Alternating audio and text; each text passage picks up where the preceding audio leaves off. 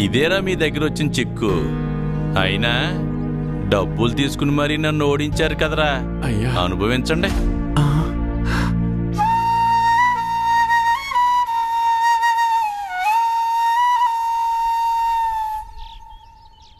ఇప్పుడు ఎలా నాన్న? కాసిన మంచి నీళ్ళు ఎవరా?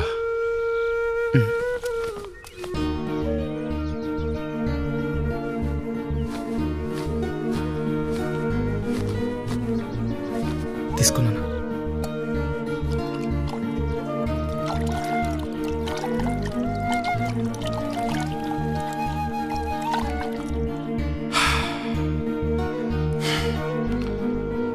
అమ్మా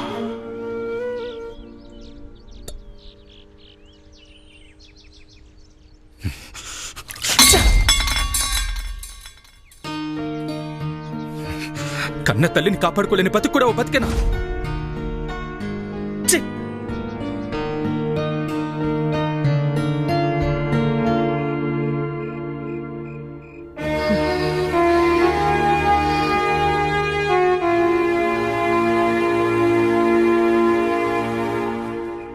మొన్ననే ఎన్నికలు జరిగాయి. మళ్ళీ ఎన్నికలు వచ్చేదాకా నీ చేతిలో 4 డబ్బులు ఉండవు. అప్పు పుట్టాలి అంటే ఎలక్షన్స్ రావాలి అంటే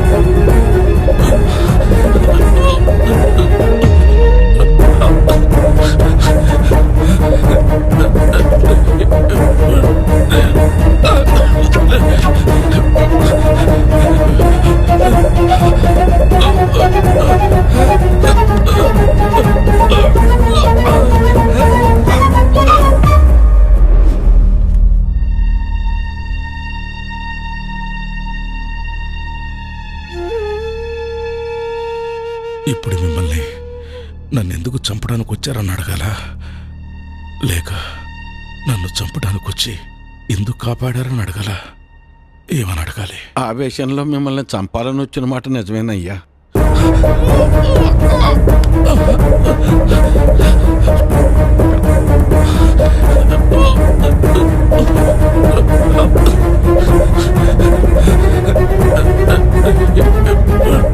కానీ మేము వచ్చి చూసేసరికి చావు బతుకుల్లో ఉన్న మిమ్మల్ని అలా వదిలేయాలా లేదా కాపాడాలన్న సందిగ్ధంలో కాసేపు ఉండిపోయామయ్యా. మేము మీలాగా ఆలోచించం కదయ్యా.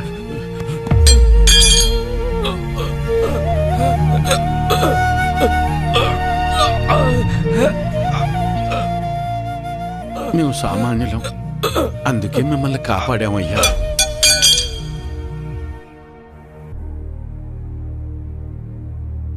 అసలు నన్ను ఎందుకు చంపడానికి వచ్చారు? మీరు చచ్చిపోతే మళ్ళీ ఎలక్షన్లు వస్తాయి కదయ్యా. ఎలక్షన్లు వస్తే మళ్ళీ డబ్బులు పంచుతారు కదా, ఆ డబ్బులతో నా భార్యను కాపాడుకోవచ్చని.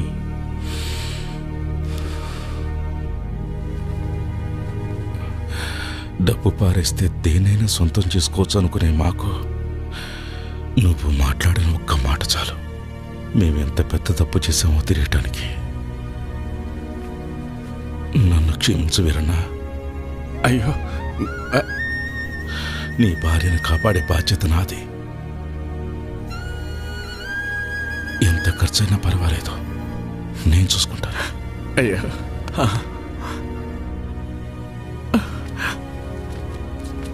వీరన్నా.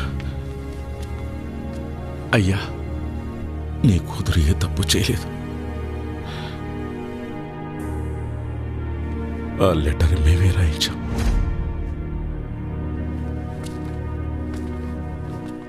డాక్టర్ గారు, డాక్టర్ గారు, అయ్యా నా భార్యకి టెస్టులు స్కానింగ్ చేయాలన్నారు. ఇదిగోనయ్యా డబ్బులు తెచ్చానయ్యా, దయచేసి నా భార్యని కాపాడండి అయ్యా. సారీ వీరయ్య, మేమెంత ప్రయత్నించినప్పటికీ కాపాడలేకపోయాం.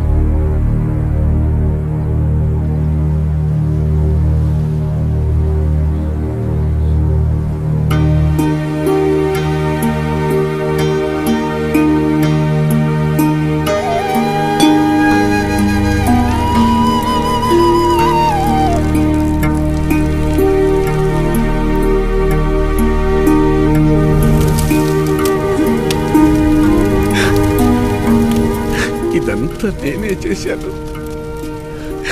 నిన్ను నేనే చంపేశాను.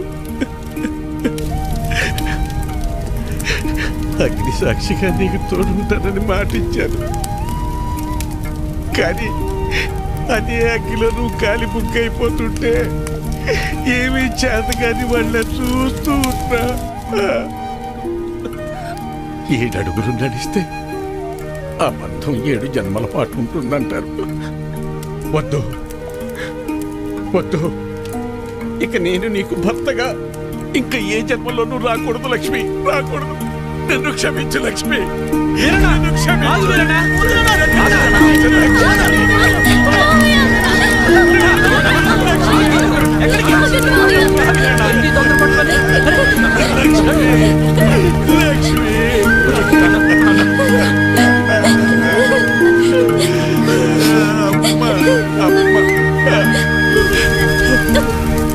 ఏంటి వీరన్న ఇది? నీకేమైనా పిచ్చి పట్టిందా? ఒక భర్తగా, ఒక తండ్రిగా, కనీసం ఒక మనిషిగా కూడా ఏనాడు నేను నా బాధ్యతల్ని నెరవేర్చలేదు. ఎవరి మీద ఆధారపడకుండా నా వృత్తిని నేను చేసుకుని ఉండుంటే ఈ రోజు నీకు ఈ దుస్థితి వచ్చేది కాదు లక్ష్మి, వచ్చేది కాదు. నా జీవితాన్నే కాకుండా నా కుటుంబాన్ని కూడా అమ్మేశాను.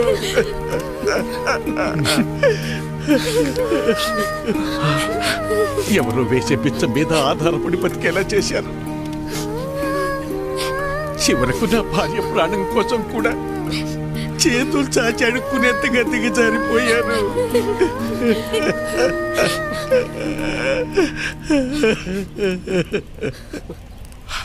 ఈరోజు నాకొచ్చిన ఈ స్థితి రేపు మీలో ఎవరికైనా రావచ్చు, కానీ రాకూడదు. అయినా నా భార్యని కాపాడుకునే హక్కు కూడా నాకు లేదా? ఆ హక్కును పొందే అర్హత నాకు లేదా? ఆరోగ్యం, విద్య ఈ దేశ పౌరులుగా మన ప్రధాన హక్కులు అంటారే, మరి మరి వాటిని పొందే అర్హత నిజంగా నాకు లేదా? నాకు అర్హత లేదు, నాకు అర్హత లేదు. నాకే కాదు, మనలో ఎవ్వరికీ అర్హత లేదు. మనల్ని మనం అమ్ముకున్న రోజే ఆ అర్హతను మనం కోల్పోయాం. ప్రశ్నించే హక్కును కూడా కోల్పోయాం. చివరికి ఎవరితోనూ నా కూతురుకు సంబంధం అంటగడితే కూడా ఇది నిజమా కాదా అని కనీసం నా కూతుర్ని కూడా నేను అడగలేకపోయాను. ఇంతకాలం అందరినీ మారమని చెప్పాను, కానీ అసలు మార్పు నాలో రావాలని ఆలస్యంగా తెలుసుకున్నాను. నాలో మార్పు రావాలి, రావాలి. నాలా ఆలోచించే ప్రతి ఒక్కరిలో మార్పు రావాలి. మనం బానిసలమనే భావన తొలగాలి. అందుకు మన ఆలోచన మారాలి. ఆ మార్పు దిశగా మనల్ని ముందుకు నడిపే అభినవ్ లాంటి నాయకుడు మనకు కావాలి.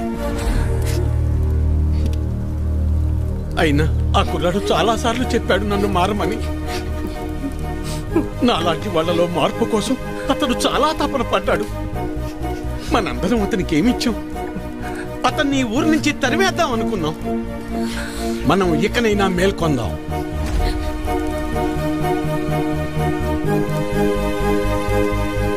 మనం మారడానికి అభినవ్ రూపంలో ఒక అవకాశం వచ్చింది.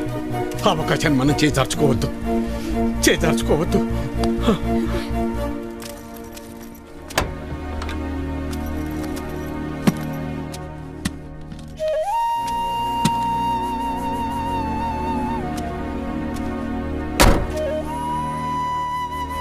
వెళ్ళొస్తానమ్మా. అభినవ్, నా భార్యను కోల్పోతే కానీ నేను చేసిన తప్పేంటో నాకు తెలియలేదు. నువ్వు అడిగినట్టే నేను మారాను. నేనే కాదు, మేమందరం ఆ మార్పు వైపు నడవాలని కోరుకుంటున్నాం.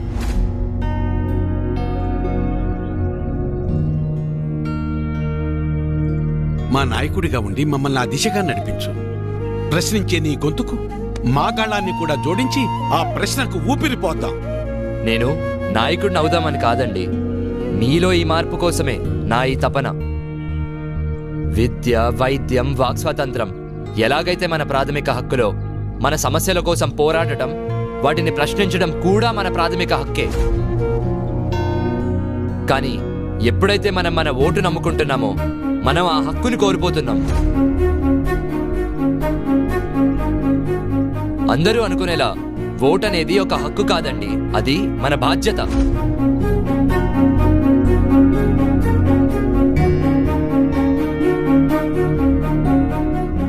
ఒక్కసారి డబ్బు తీసుకోకుండా ఓటు వేసి చూడండి, అప్పుడు మీకే తెలుస్తుంది రాజెవరో సేవకుడెవరో.